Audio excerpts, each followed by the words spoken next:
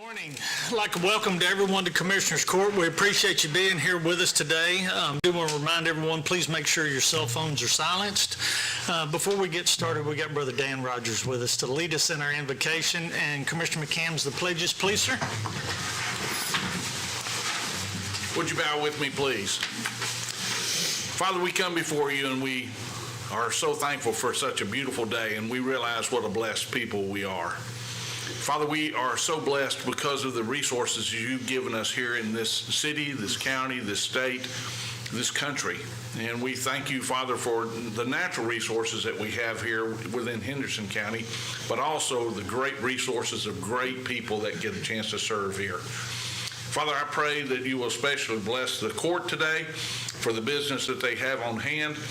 I pray, Father, especially that I know that right now is an election time for us as well. And we pray especially for all those candidates who are volunteering to put their names out there to serve and to be a part of the business of this county and of the state and the country. We pray especially that you would help us to elect those who will have our interest in those in mind and always do their very best. Father, we pray that you will just be with us today. For it's in your Son's name we pray. Amen. Amen. I pledge allegiance to the flag of the United States of America and to the republic for which it stands, one nation, under God, indivisible, with liberty and justice for all. Honor the Texas flag. I pledge allegiance to thee, Texas, one state, under God, one and indivisible. Brother Rogers, thank you, sir.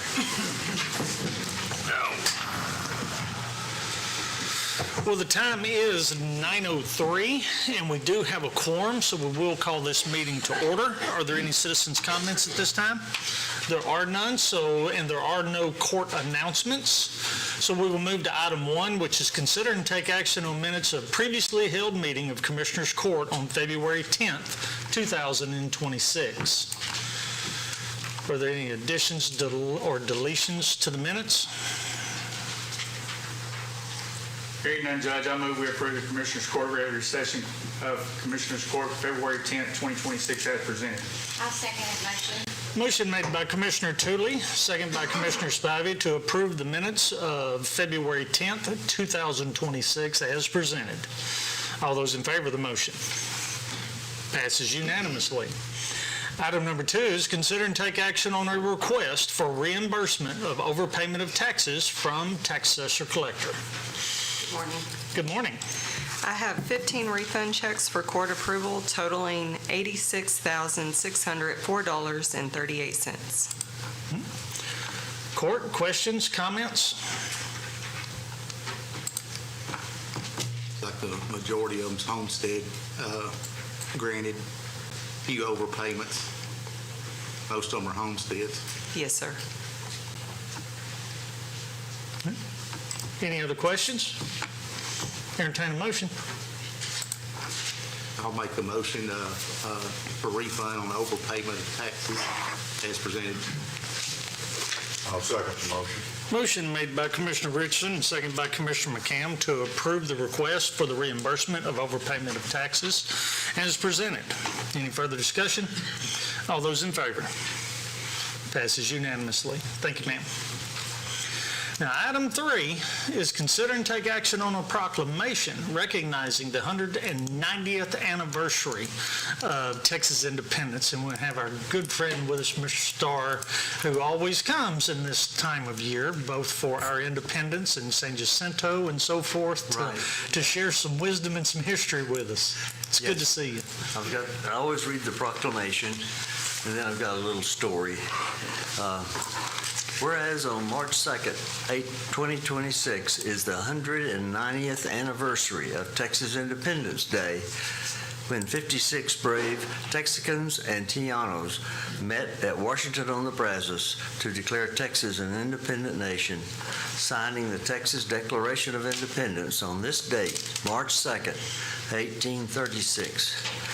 Whereas these 56 men signed the Texas Declaration of Independence and continued to draft a constitution, pledging their lives and fortunes in securing a free and independent Texas, despite the disastrous events occurring at the Alamo and Goliad. And whereas remembering March 2nd, 1836 every year is necessary and proper to remind the citizens of Henderson County, Texas, of the sacrifices made by our ancestors, the valiant men and women who risked their lives and fortunes to gain an independent Texas and established a new republic that 10 years later became the 28th state of the United States of America, our beloved state, Texas. And whereas the citizens of Henderson County, Texas, wish to join the Sons of the Republic of Texas and all citizens of Texas in observance and remembrance of the 190th anniversary of this important event in Texas history. Therefore, we, the County Judge and Commissioners of Henderson County, Texas, proclaim March 2nd, 2026, Texas Independence Day in Henderson County, Texas, and urge all citizens of the county to celebrate this historic event that gave us an independent Texas and republic.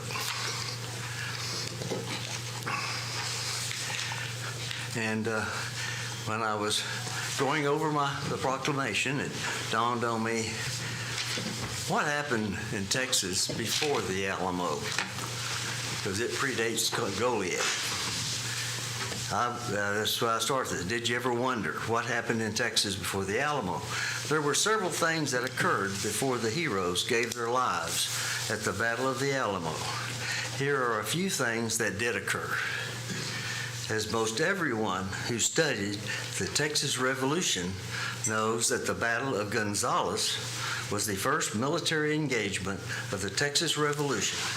It was fought near Gonzales, Texas, on October 2nd, 1835, between rebellious Texican settlers and a detachment of Mexican Army soldiers that were set to reclaim the 6-pound cannon the Mexicans had given the citizens of Gonzales to help keep the Indians away. The Texicans raised a homemade white banner with an image of the cannon painted in black in the center over the words, "Come and take it." The Texicans fired their cannon at the Mexican camp. It did no damage. 2 Mexican soldiers were killed by rifle fire in the attack. The only Texican casualty was the bloody nose suffered by a man bucked off his horse. 2 days after the battle, Austin wrote to the San Felipe de Austin Committee of Public Safety. I didn't know existed, but I do now. War is declared. Public opinion has proclaimed it against a military tyranny. The campaign has commenced. Newspapers referred to the conflict as the Lexington of Texas. The Gonzales skirmish launched the Texas Revolution. Gonzales became a rallying point for Texicans opposed to Santa Anna's policies. By October 11th, Texicans had assembled around Gonzales to elect officers to consider tactical problems. They unanimously elected Austin their commander, despite his lack of military training. On October 12th, the taking of the fort at Goliad, Presidio of La Baja, Collinsworth, he was the commander, and his volunteer troops, because they left long before they elected Austin, had landed at Matagorda and marched to the Presidio. The Presidio, established in 1749 on this site during the Spanish colonial period, was crucial to the development of Texas, witnessing filibustering expeditions playing a role in the Mexican War for independence from Spain. The Presidio was the site of the Goliad Massacre on Palm Sunday, March 27, 1836. Presidio La Baja, designated a National Historic Landmark, is considered the world's finest example of a Spanish frontier fort. This is the most fought-over fort in Texas history, participating in 6 national revolutions or wars for independence. Spanish, Mexican, and Texas soldiers all garrisoned in its fortified walls. This crossroads of revolution felt almost every attempt to forcibly change the government order of Texas. Presidio is a fort, not a mission. The chapel was erected inside the fort for the sole use of the soldiers and the Spanish settlers living in the town. The name given the chapel was Our Lady of Loreto, and is the oldest building in the compound in continuous use and since the 1700s. It's one of the oldest churches in America, in North America. The centuries-old chapel was where Fannon's men were held during part of their captivity before being massacred.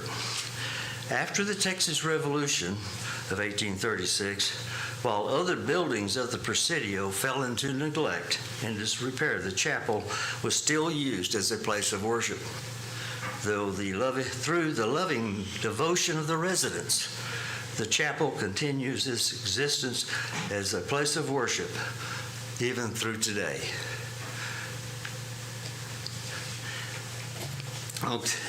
October the 28th, 1835. That's a Battle of Concepcion. On October 27th, Austin ordered Bowie and Fannin to lead a scouting party of about 90 men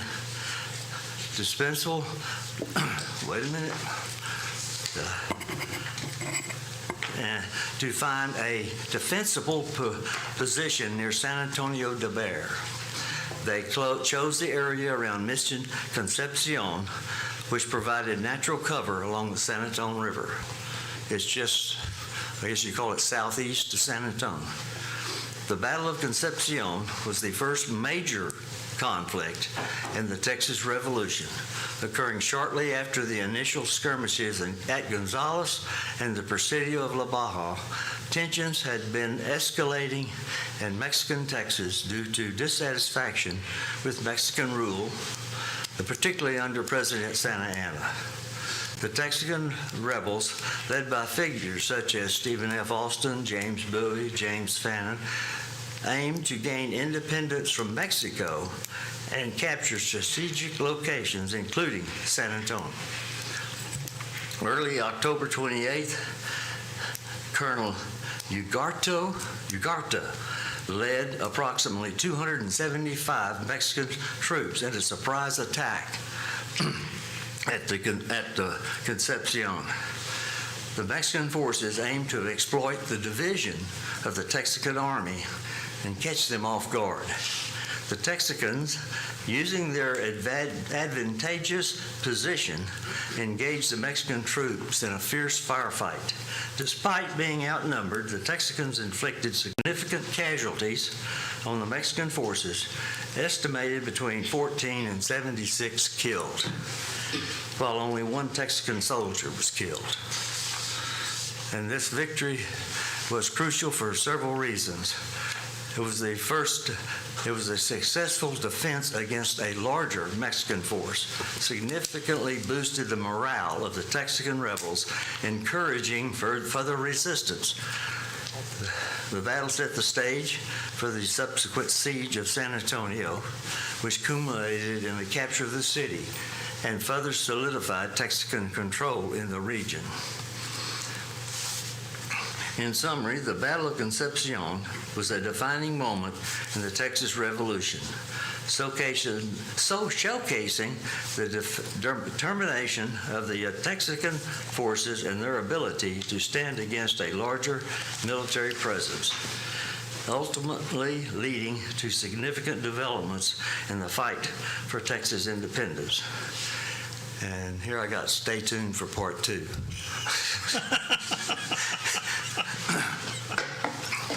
Well, Mr. Starr, you're, like we said many times, y'all have been coming to us now for nearly 20 years, presenting. It's getting close. It's getting close now, to bring this history to us and to help everyone remember the importance of Texas history. I've said time and time again, history is what gives us context to the here and now. Yes. And it's great to know how to do something, but if you don't know why, you're really just going through the motions. That's So, true. Court, comments? Thank you for keeping it alive here in Henderson County. Yep. And after 20 years, or almost 20, it's, I can't repeat because y'all remember. Well, for yourself and Mr. Luna, who used to help bring these to us. He started the whole thing, didn't he? And he did, and it's always been a pleasure to have y'all. And I do want to recognize Mr. Bill Sickle in the audience Bill's too, here. with the Sons of the American Revolution, which we have the 250th this year of that story as Yes. well. That's in. So well, we appreciate you both very much bringing Thank you. this forward. We enjoy doing it. So, Court, if there's no other comments, entertain a motion on the proclamation. So moved to approve. Motion made by Commissioner Spivey and second by Commissioner Tooley to approve the proclamation recognizing the 190th anniversary of Texas independence. Any further discussion? All those in favor? Passes unanimously. Now we had come to another part of this recognition for multiple reasons. We've got item 4, which is consider and take action on a total donation amount of $12,300 to be used for the purchase and installation of a red granite base monument to permanently display the Travis letter on courthouse grounds. And the individuals that involved in this from its beginning, I want to recognize Mr. Dan Hunt, and if you would, sir, you have been the caretaker of this place. If you would, please come forward. Absolutely.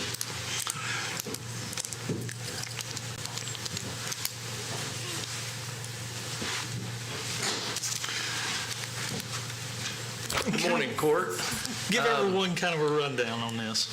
Okay, about a year ago, I came before the Commissioners Court and proposed this idea, and it's slowly and surely coming to fruition, and we're very happy to have it. Today, we have a plaque that has been actually sitting on the floor of my barn for about 6 months. And I would like to point out, we've had lots of discussions on how we were going to mount this plaque, what we were going to mount it on, and we have, it appears we've settled on a piece of Texas red granite, which will be perfect because the plaque was forged and cast in Texas and Corpus Christi. I drove from Austin to Houston to pick it up and drove it back here to Athens. And now we'll be getting a piece of granite that actually came from Texas to mount it on. And I think that's highly appropriate that everything involved in this came from Texas.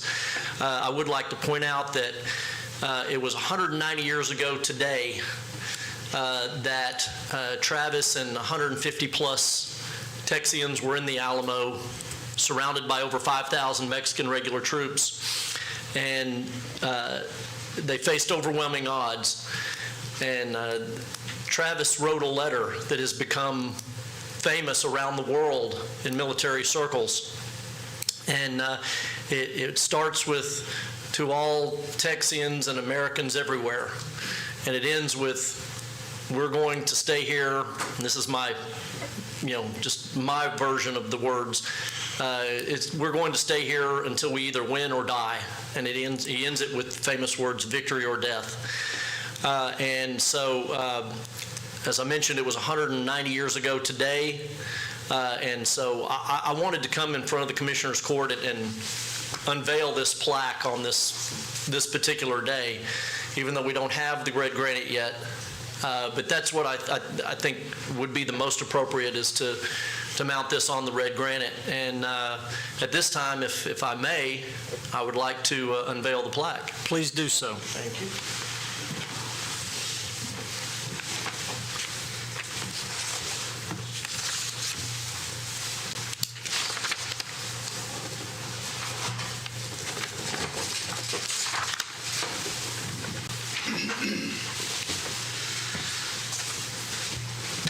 How about you read it? I was going to Please. say, I don't need the microphone. I would like to read the plaque out loud for anybody on the internet or anybody in here who can't see it. Letter from the Alamo, Commandancy of the Alamo, Behar, February 24th, 1836. To the people of Texas and all Americans in the world, fellow citizens and compatriots, I am besieged by 1,000 or more of the Mexicans under the Santa Ana. I have sustained a constitutional bombardment and cannonade for 24 hours and have not lost a man. The enemy has demanded a surrender at discretion. Otherwise, the garrison are to be put to the sword if the fort is taken. I have answered the demand with a cannon shot, and our flag still waves proudly from the walls. I shall never surrender or retreat. Then I call on you in the name of liberty, of patriotism, and everything dear to the American character, to come to our aid with all dispatch. The enemy is receiving reinforcements daily and will no doubt increase to 3,000 or 4,000 in 4 or 5 days. If this call is neglected, I am determined to sustain myself as long as possible and die like a soldier who never forgets what is due to his own honor and that of his country. Victory or death. Signed, William Barrett Travis, Lieutenant Colonel Commandant. P.S. The Lord is on our side. When the enemy appeared in sight, we had not 3 bushels of corn. We have since found in deserted houses 80 or 90 bushels and got into the walls 20 or 30 head of beeves. And it's got some words at the bottom just recognizing myself and Dr. Lowry, who actually donated the money for this plaque. And so I'm very excited that we're going to be unveiling this in this momentous year, 190th anniversary, not only of Texas, but then the 250th anniversary of our country. And so I thank you for that. Rex Pope is also here. He is the person who knows about the monument and the granite. And so I would like to let him explain to y'all how that works. And I know he's told y'all some before, but I think he can tell you more now. Mr. Pope?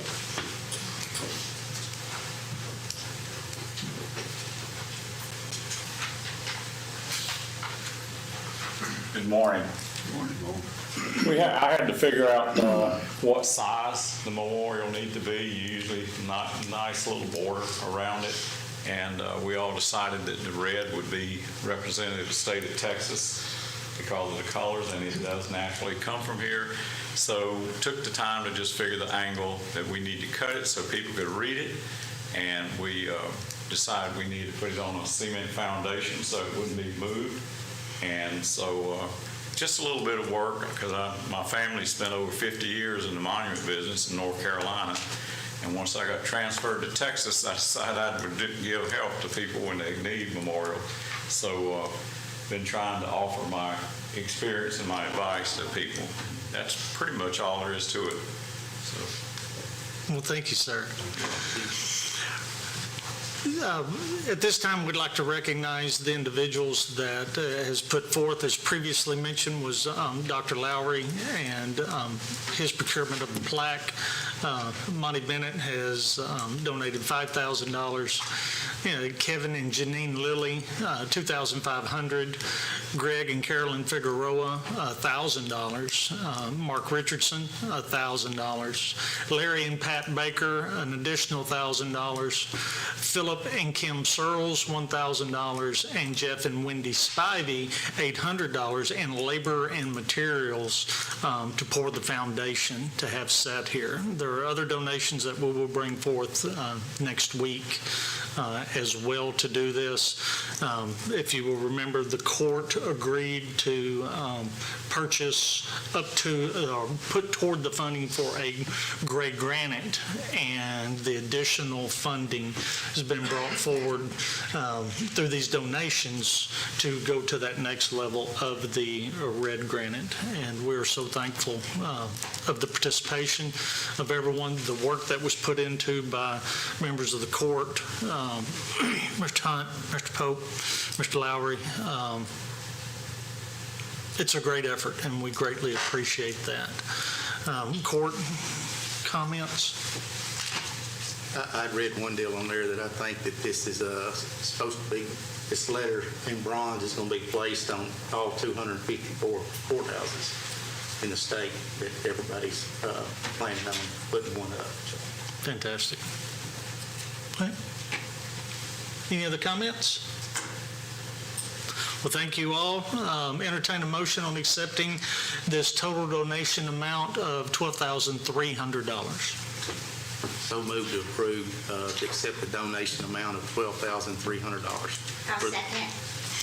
Motion made by Commissioner Richardson, second by Commissioner Spivey, to approve the acceptance of the total donation amount of $12,300 to be used for the purchase and installation of a red granite-based monument to permanently display the Travis letter on courthouse grounds. Any further discussion? All those in favor of the motion? Passes unanimously. And if we could, Mr. Seckel, Mr. Starr, Mr. Hunt, Mr. Pope, if y'all would, we'd like to have a picture with the letter and the proclamation, if you would, please. If y'all would, come forward. Angela. There you go.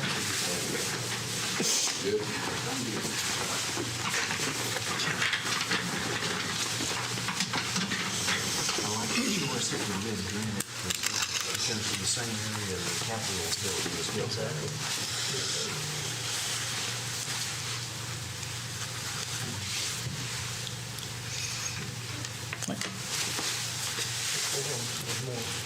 All right, here we go. 1, 2, 3. And one more. Thank you. Thank you. Gentlemen, thank you. Appreciate you.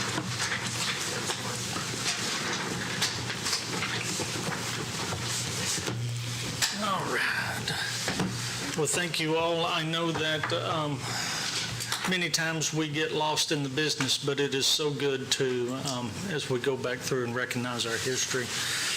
So we will now move on to item 5, which is consider and take action on 2025 Constable 4 Racial Profiling Report for filing purposes only. Court, Constable Precinct 4 has submitted his full report for filing purposes to be accepted by the court. Any questions? If not, entertain a motion. So moved to approve for filing purposes only. I'll second the motion. Motion made by Commissioner Richardson and second by Commissioner McCam to approve for filing purposes only the 2025 Constable Precinct 4 Racial Profiling Report. Any further discussion? All those in favor? Passes unanimously. Item 6, consider and take action on the 2025 County Fire Marshal Racial Profile Report for filing purposes only. I believe the fire marshal is here if he wishes to speak toward this. This is he's filed a full exemption. Any comments? Okay. Court questions? Entertain a motion. So moved to approve. Second. Motion made by Commissioner Tooley and second by Commissioner Spivey to approve the 2025 County Fire Marshal Racial Profile Report for filing purposes only. All those in favor of the motion? Passes unanimously. Number 7, consider and take action on the 2025 Sheriff's Department Racial Profiling Report for filing purposes only. Sheriff. Yes, sir. Good morning, Court. And as y'all know, this is a report that we file. We're mandated to file with the Texas Commission on Law Enforcement every year. And last year in 2025, the Sheriff's Office conducted 2,929 traffic stops. 78% of those stops were conducted, and they were white or Caucasian that were stopped. And then 12% were Hispanic, almost 8% was Black or African American. Out of the 2,930 citations, 95% of them received a written warning. Almost 2% of them received a citation, and then the other percentage were arrested on site and brought to the Henderson County Jail. We have not received any complaints due to racial profiling at the Sheriff's Office in 2025. I haven't received a complaint since I've been the sheriff there for the past 10 years, but that's our report. Court, questions? Hearing none, entertain a motion. I'll make the motion. I'll second. Motion made by Commissioner McCam and second by Commissioner Richardson to accept the 2025 Sheriff's Department Racial Profiling Report for filing purposes only. Any further discussion? All those in favor? Passes unanimously. Thank you. Thank you, Sheriff. Item number 8, consider and take action on the Affordable Care Act Reporting and Tracking Services, known as ARTS, Renewal Confirmation Program Agreement with the Texas Association of Counties. Mr. Bynum. Yes, Court. So this morning, we approve this every year. This is the Affordable Care Act Reporting and Tracking System. Basically, this is just the proof of the minimum essential coverage that we have to do the reporting for. My office does all this reporting for payroll. I think there are some counties that do it on a month-to-month basis. We do it on a quarterly basis. And so this is your 1095C or your 1095B, whichever you request. We used to be obligated to actually print this out and disperse those to employees. We're not obligated to have to do that by law anymore. So what they do is they actually, TAC actually sends us a reporting system where all of this is at, and at your request, my office can print that and give that to you if you need that. So I'll actually be sending out something to all the employees to be able to kind of give you a direction of where to go to how to get it, which would be actually through my office.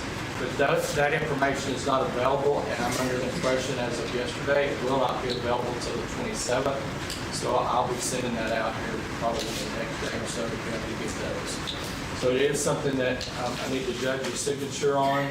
It's actually no cost to the county. I think it was like, I want to say $4.55 a form, but TAC waives that, so it is zero cost to the county to do this. And it's a big help to us, and so we prefer to keep on going with this action here. Court, questions?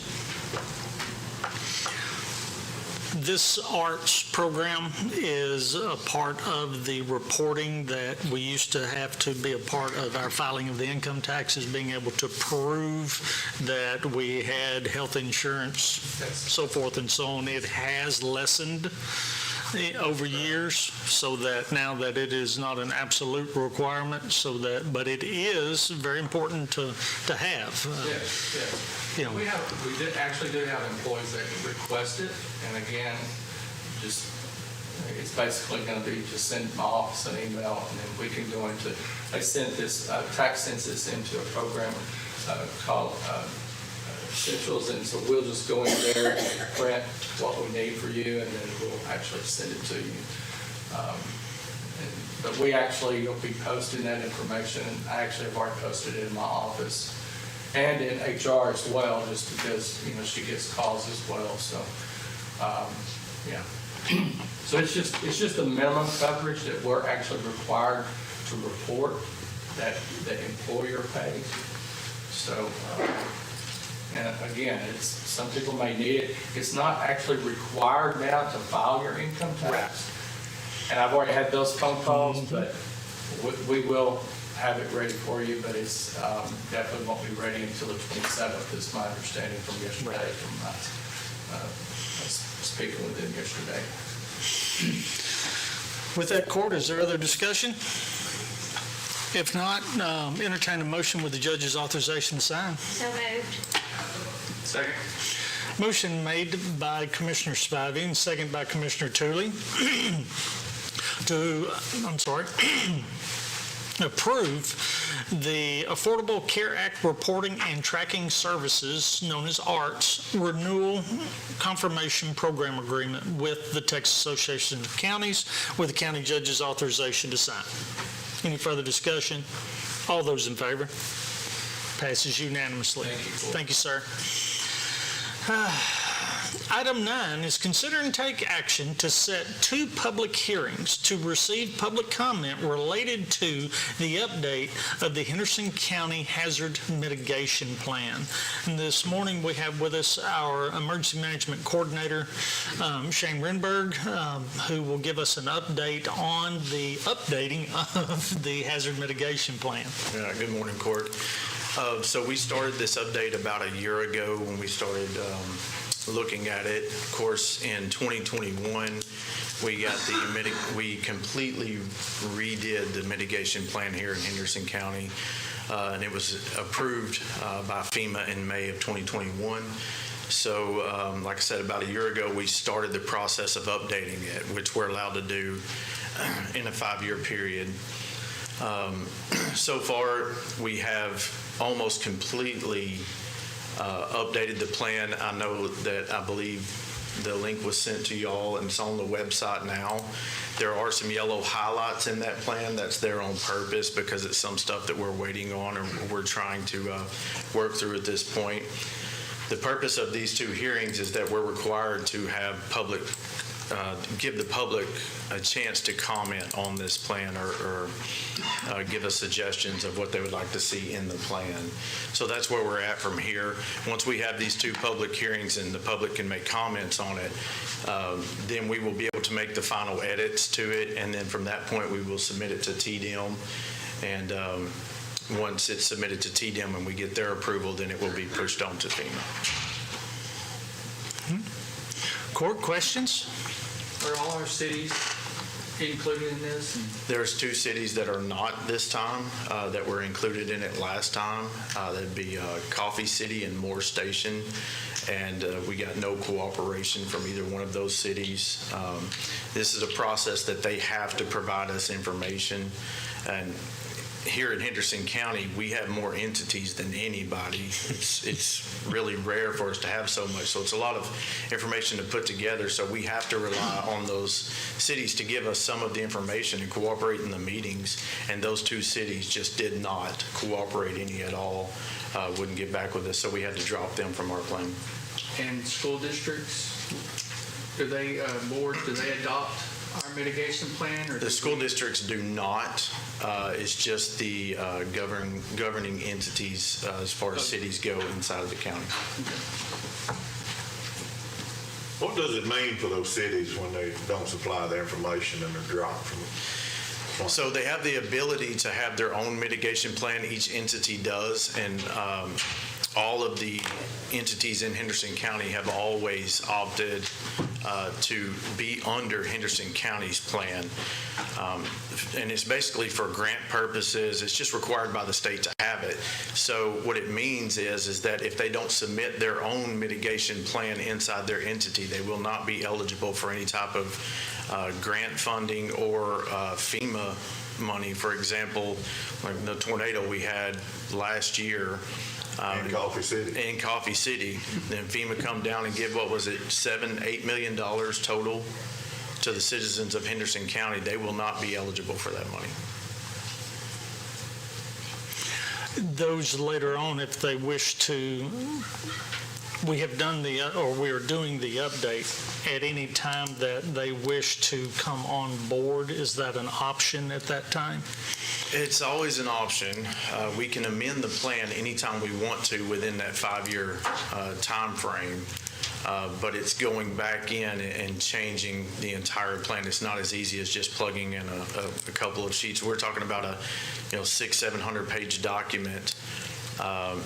And the majority of this document is based off of numbers that are compiled that have to be put throughout the plan. So to add an entity into the plan would require us a pretty good bit of work to go in and put their information in everywhere. Most of the plan would have to be changed. It's not just an addendum is what you're saying, because it changes. We would make an addendum that would have to be attached as well. So it's really two parts. There would be an addendum, but we would also have to go into the plan and update the plan, refile it to TDM, let them look at it, and then refile it to FEMA. So it's basically like starting the process over. Okay. But it is possible.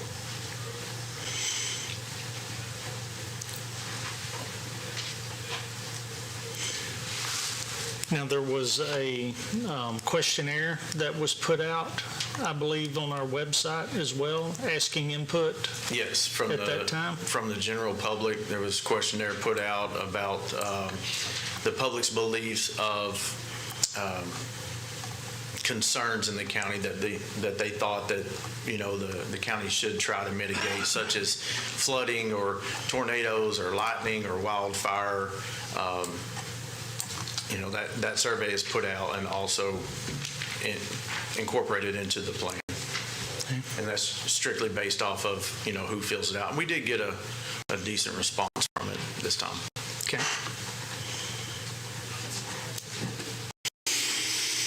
Now, this is not to be confused with our actual emergency management plan, correct? This is not the county's base plan. This is the hazard mitigation plan. It's the bigger of the two as far as statistics go, but this is not the emergency management plan.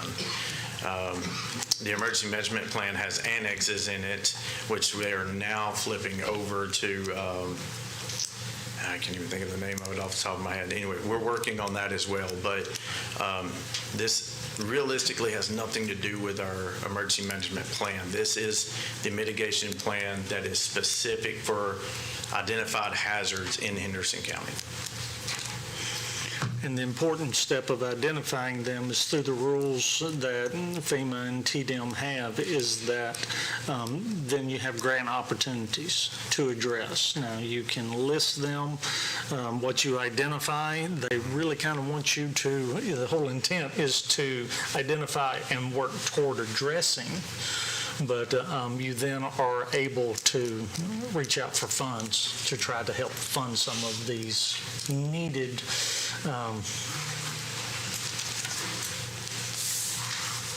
mitigation projects, proper term, sorry. All right.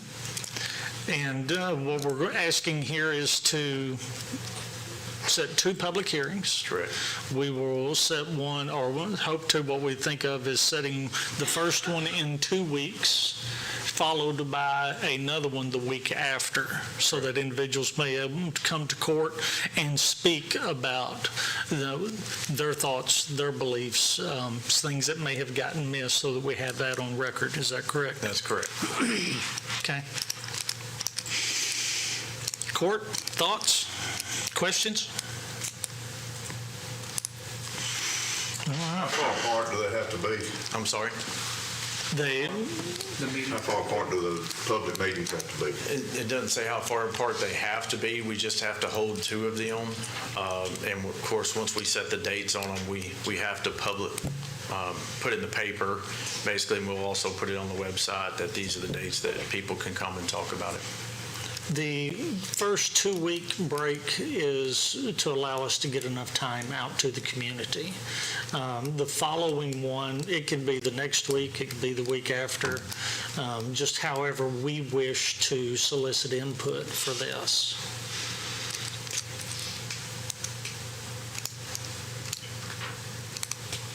When do we want the first one, 2 weeks from today? 2 weeks would be the minimum, because that would give us time to get it in the newspaper and to get it publicized, because it does have to be advertised.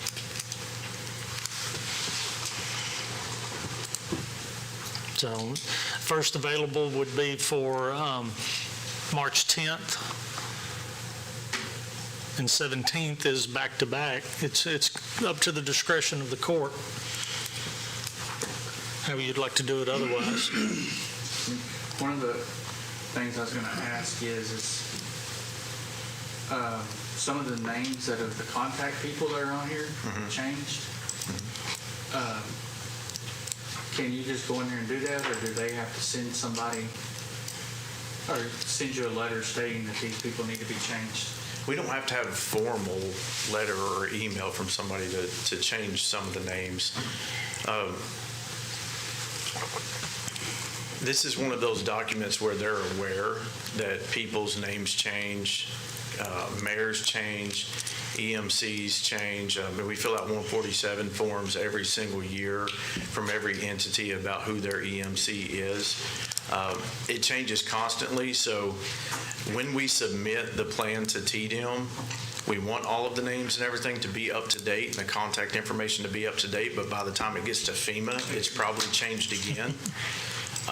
So it's not something formal, but if you see something on there that needs to be updated, this is the time to do it. That's why we're doing this now.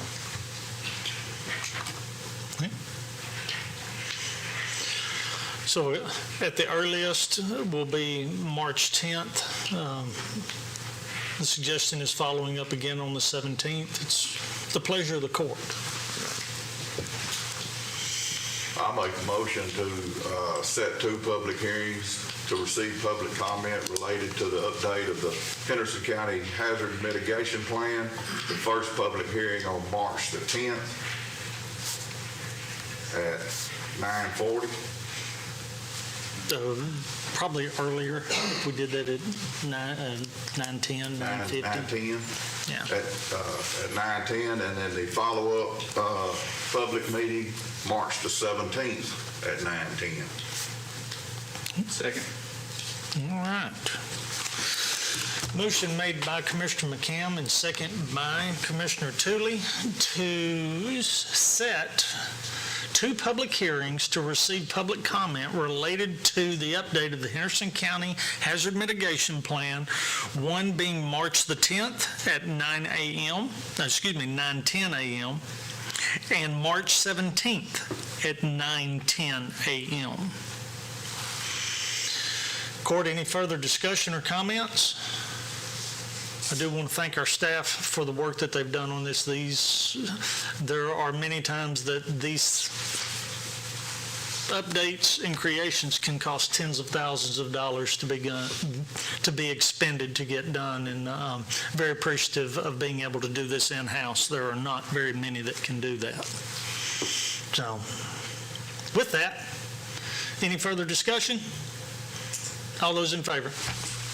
Passes unanimously. Thanks, sir. Item 10, consider and take action on floodplain permit number PCT4-1645 related to Lot 1-R Bear Creek subdivision located at 1645, and I believe that's Lois Lane in Athens, Texas, 75752. Ms. Kimbrough. Good morning, Court. For the record, my name is Joy Kimbrough from the Henderson County Development Office and Floodplain Administration, and today we're presenting a floodplain permit application, which you have in your backup, with all supporting documentation. I did provide an updated septic statement from the installer that was left in your places this morning that we did not have available at the time of submission of the backup documentation.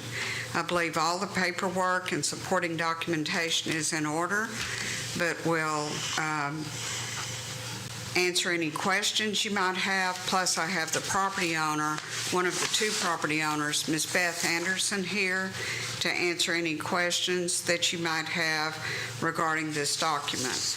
Again, this is for 1645 Lois Lane, located in the Bear Creek subdivision in Precinct 4, which is Commissioner Richardson's precinct. At this time, I would like to read into the record the hold harmless clause that pertains to the permitting process regarding floodplain, and this is for our record keeping and for the benefit of the public knowledge. So this is a floodplain permit issued at the county level. The flood hazard boundary maps and other flood data used by the county floodplain administrator in evaluating flood hazards to proposed developments are considered reasonable and accurate for regulatory purposes and are based on the best available scientific and engineering data. On rare occasions, greater floods can and will occur, and flood heights may be increased by man-made or natural causes. Issuance of an exemptive certificate does not imply that developments outside the identified areas of special flood hazard will be free from flooding or flood damage. Issuance of an exemption certificate shall not create liability on the part of Henderson County, Texas, the Henderson County Floodplain Administrator, or any officer or employee or elected official of Henderson County, Texas, in the event that flooding or flood damage does occur. The contractor or work crew will be responsible for all safety plans for workers, contractors, and other employees. In the event emergency assistance is needed from Henderson County, Texas, first responders 911 will be the appropriate 24-hour call number. All weather-related dangers will be monitored by the site crew or assignees other than county offices. Any additional state or local information that may be required has been attached to this document. So if any of you have any questions, please direct in the backup documentation what your questions might be. This is for a new building. It is on Lake Athens. There is a dual recognized flood level on Lake Athens, recognized by AMWA as the 448 elevation, recognized by FEMA for county purposes at the 451.03 elevation. All structures being placed on this lot in the backup documentation are proven to be above either and both of those levels. There is no plan for development below any of those levels, and because of this differentiation, this permit was needed. Any questions? Commissioner Richardson, any comments? I was looking at here, I know, it's below the deal there, and they do have the house in part of the house in the floodplain, and then we have the septic part of it that's in the floodplain part too. But if everything is going as planned, and we just need to give an approval on it. I know this part of the area, this subdivision, is up in a channel, and yes, kind of not in the main part of the lake and stuff, and it's up there pretty close to the inlet of where the creek channel comes in and stuff. So. And in the documentation, the proof that the lowest elevation of the structures will be at the 464.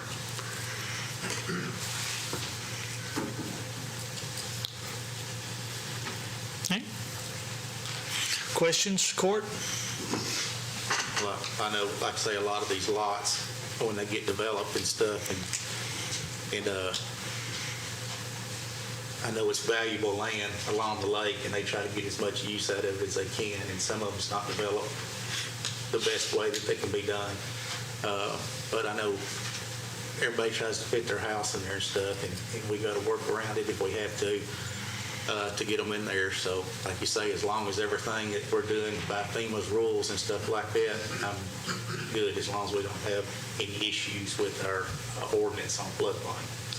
I would like to commend the property owner for working with us so closely in the field and providing information. The surveyor also did a good job in notating both the correction to the 451.03, the county's requirement on the application.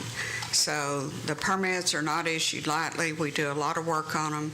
This also has been a good learning experience for our new employee, Ms. Woodard. She will be presenting in the future, and it's been a very good experience with the property owner. I do have one question. Okay. Just because I saw here. Just because you saw it. That floodplain indication on Yes, the sir. maps, does that follow the estimation of FEMA, or have those actually been mapped at this location? So it follows the estimation of FEMA, but they have been verified by the surveyor who signed off and reinitialed on the paperwork. So I will tell you that the maps are, all in all, as we all know from last summer, are in deep need of update formally, but that's why you have us, is to go in behind and make sure of the elevations, that they're correct in Thank you, ma'am. applications. Court, questions? All right. Well, thank you, Ms. Kimbrough. Let me ask you one question. Sure. So, let's say they've been there for 5 years, and that they get ready to sell their house. Do they have to give any documentation or supply that at any time that part of this house has been built in the floodplain, or any of the actions that they have done to now to get to build the house? Do they have to tell that to other people? So, yes, sir.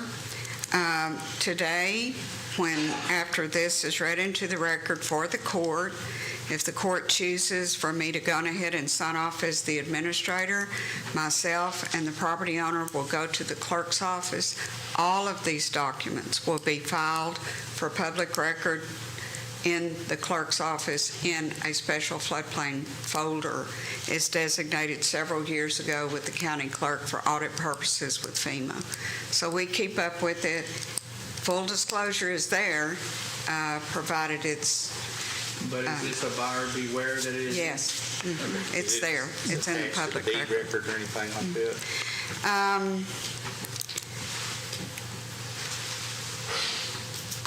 I'm not a deed record expert, but I would hope that any title company working on deeds would note that, and I would hope that a seller would disclose that information. If we get a development form regarding any type of sale or notice from the clerk's office, we disclose it. We'll actually point them to the document where it was filed, the volume and page number. One other measure that is available through FDIC requirements, the financial institutions that are financing some of these purchases, they actually do a review as well, which would trigger by, and I'm sure it's a light review by going to the FEMA website and using the maps the same way as we do. But they are required by FDIC, these institutions are, to ensure that everything's on the up and up. I think the insurance companies are getting a little bit more stricter, getting involved in closings and... So there is an option to not be involved with an FDIC loan, which is a federal loan, federally insured loan. In some cases, and we're not the authority to reveal which cases are or not mortgaged, but there is an option for a property owner to self-insure, but it doesn't relieve their responsibility to notify any future floodplain status. Court, if there's no further discussion, entertain a motion. I'd like to make a motion to approve floodplain permit number PCT 4-1645 related to Lot 1R Bear Creek subdivision located at 1645 Lois Lane, Athens. I'll second the motion. Motion made by Commissioner Richardson and second by Commissioner McCam to approve the floodplain permit number PCT 4-1645 related to Lot 1R, Bear Creek subdivision located at 1645 Lois Lane in Athens, Texas. All necessary signatures. There's Mine, just mine. Yes, sir. Okay. With, yes, with the development of floodplain authority to sign. Any Thank further you, discussion? All those in favor? Passes unanimously. Thank you, ma'am. Court.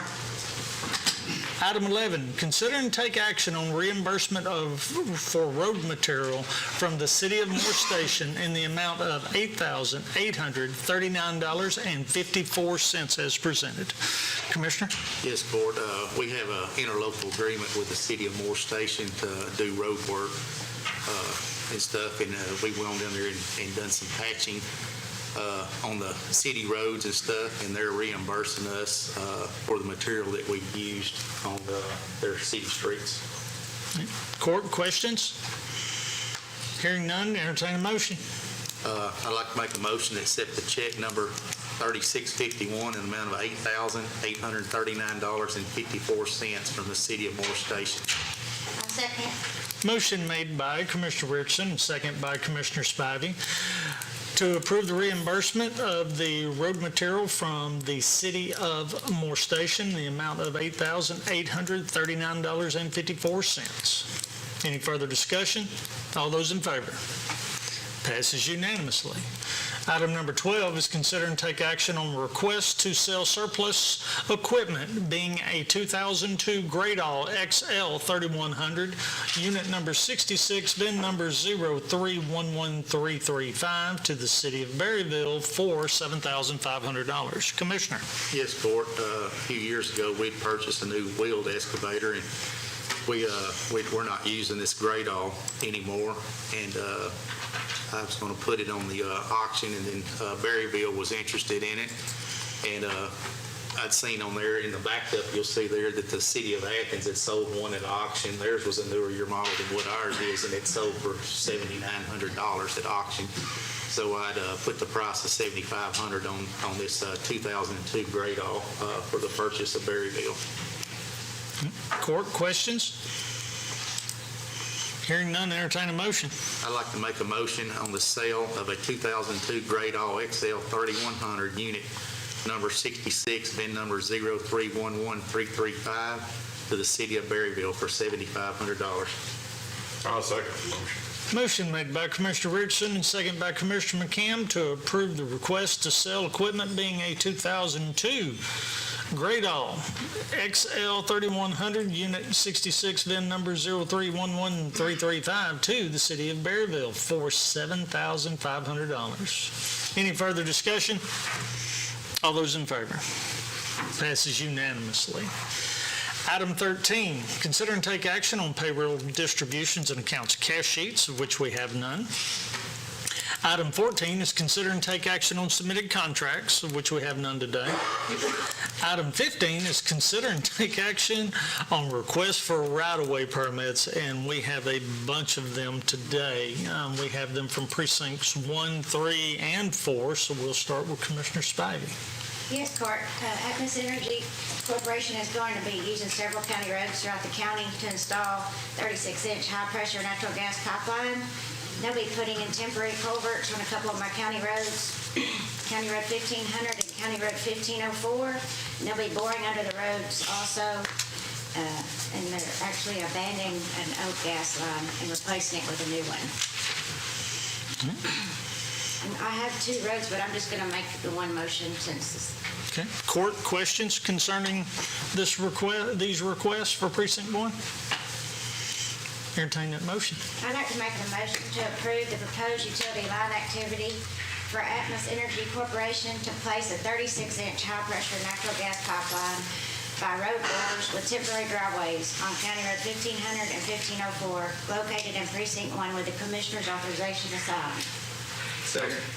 Motion made by Commissioner Spivey and second by Commissioner Tooley to approve the right-of-way request from Atmos Energy Corporation for installation of temporary culverts and 36-inch pipelines under County Roads 1500 and 1504 with the Commissioner's authorization to sign. Any further discussion? All those in favor? Passes unanimously. Commissioner McCann. Yes, I have some of the same. Do we have a representative from Atmos today? Yes, sir. Would you like to get up and give a few words on what this project is? If you would, please come forward and introduce yourself. Morning. Dusty Shepherd with Bertrand Field Services. We were contracted by Atmos Energy to handle their land services and permits prior to the new pipeline projects going in. And this project is a new gas line, 36-inch gas line? Correct. Yes, sir. They're going through and replacing the existing line that's in place there. Okay. And in most locations, the main thing is you're going to be boring under the county road, but you're going to have temporary drives. Correct. Yes, sir. They typically place some sort of culvert and rock it, and then once they're done with construction, they pull all that out and reseed the county right-of-ways, make sure it was as good as condition before we arrived there. And I have several of these, just like Commissioner Spivey did. It's 36-inch high-pressure natural gas pipeline. They're going to be abandoning the old pipeline, putting a new one in. I have several roads also. I'm going to put them all on and make one motion. Okay. But I have County Road 3807. I have County Road 3814. I have County Road 3718.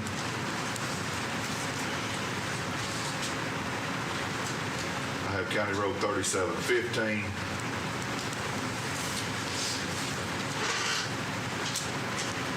Well, I have two of them on County Road 3715, two locations.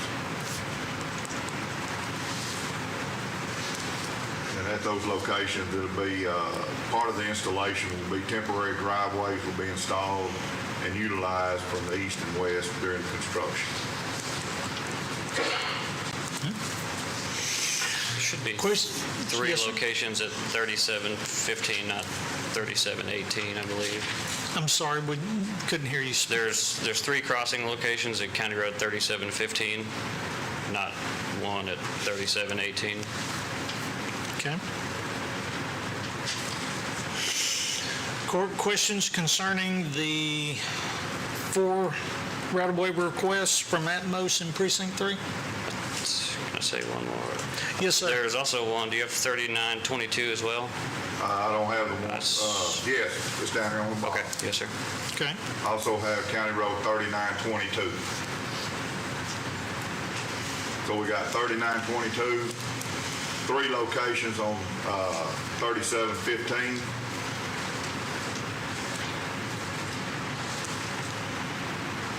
.3807 and 3814. That's all locations. isn't it? Yes, sir. Yes. Okay. All right. Court questions? If not, entertain a motion. I'd like to make a motion to approve the notice of proposed utility line activity for Atmos Energy to put a 36-inch high-pressure natural gas pipeline abandoning the existing pipeline. They will be boring and putting in temporary driveways on County Road 3814, 3807,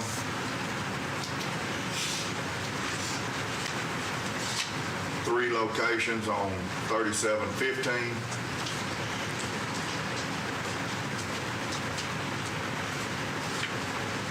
and 3922.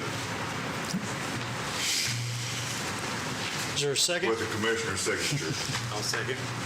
Motion made by Commissioner McCam and second by Commissioner Richardson to approve the right-of-way agreements with Atmos Energy for the installation of 36-inch high-pressure gas line and through boring and temporary driveways associated with County Roads 3807, 3814, 3715 at 3 locations and 3922 with the Commissioner's authorization to sign. Any further discussion? All those in favor of the motion? Passes unanimously. Also have one more, thank you. Yes, sir. Also have one more for Charter Spectrum, fiber optic cable on County Road 3507.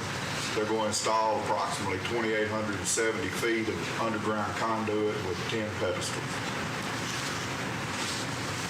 Court, questions? Entertain a motion. I move to approve the notice of proposed utility line activity for Charter Spectrum for fiber optic cable on County Road 3507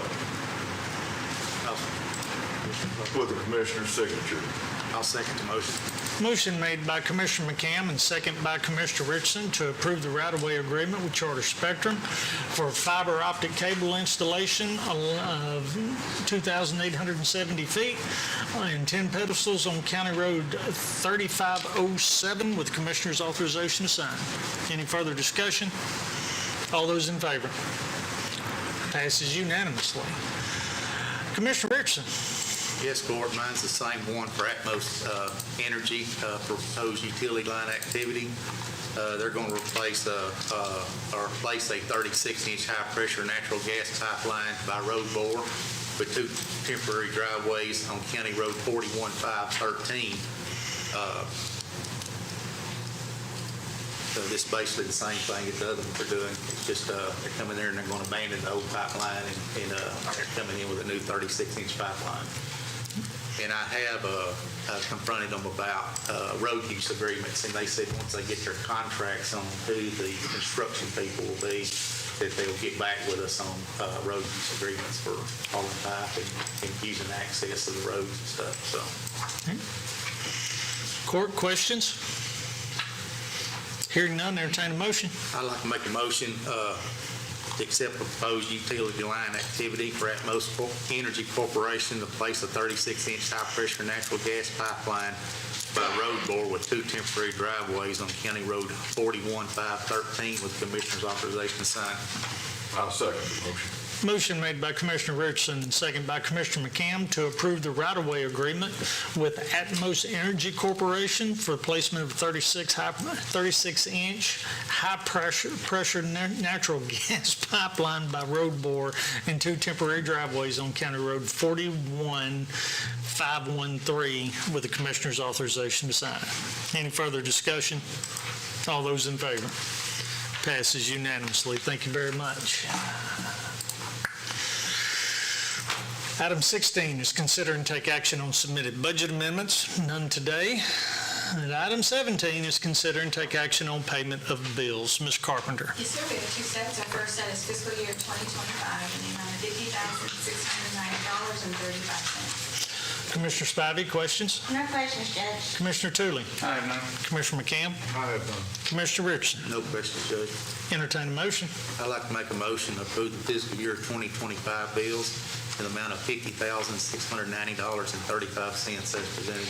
I'll second his motion. Motion made by Commissioner Richardson and second by Commissioner Spivey to approve the 2025 bills in the amount of $50,690.35 as presented. Any further discussion? All those in favor? Passes unanimously. Ms. Carpenter? We have fiscal year 2026 in the amount of $441,078.37. Commissioner Spivey, questions? No questions, Judge. Commissioner Tooley? I have none. Commissioner McCam? I have none. Commissioner Richardson? No questions, Judge. Entertain a motion. I'd like to make a motion to approve the fiscal year 2026 bills in the amount of $441,078.37 as presented. I'll second his motion. Motion made by Commissioner Richardson and second by Commissioner Spivey to approve the 2026 bills in the amount of $441,078.37 as presented. Any further discussion? All those in favor of the motion? Passes unanimously. Item 18 is consider and take action on submitted plats. We have none. No plats. Item 19 is open and consider bids, of which we have none.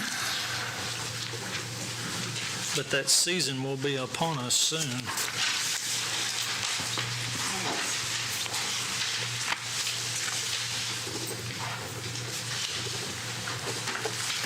Road materials usually are in June, May or June. That's you only. Pardon? That's you only. Oh, thank you. All right, item 20, consider and take action to adjourn. So moved. I'll second the motion. Motion made by Commissioner Tooley and second by Commissioner McCam to adjourn at 10:15. Is there any further discussion? All those in favor? Passes unanimously. We are adjourned. Thank you very much for being with us.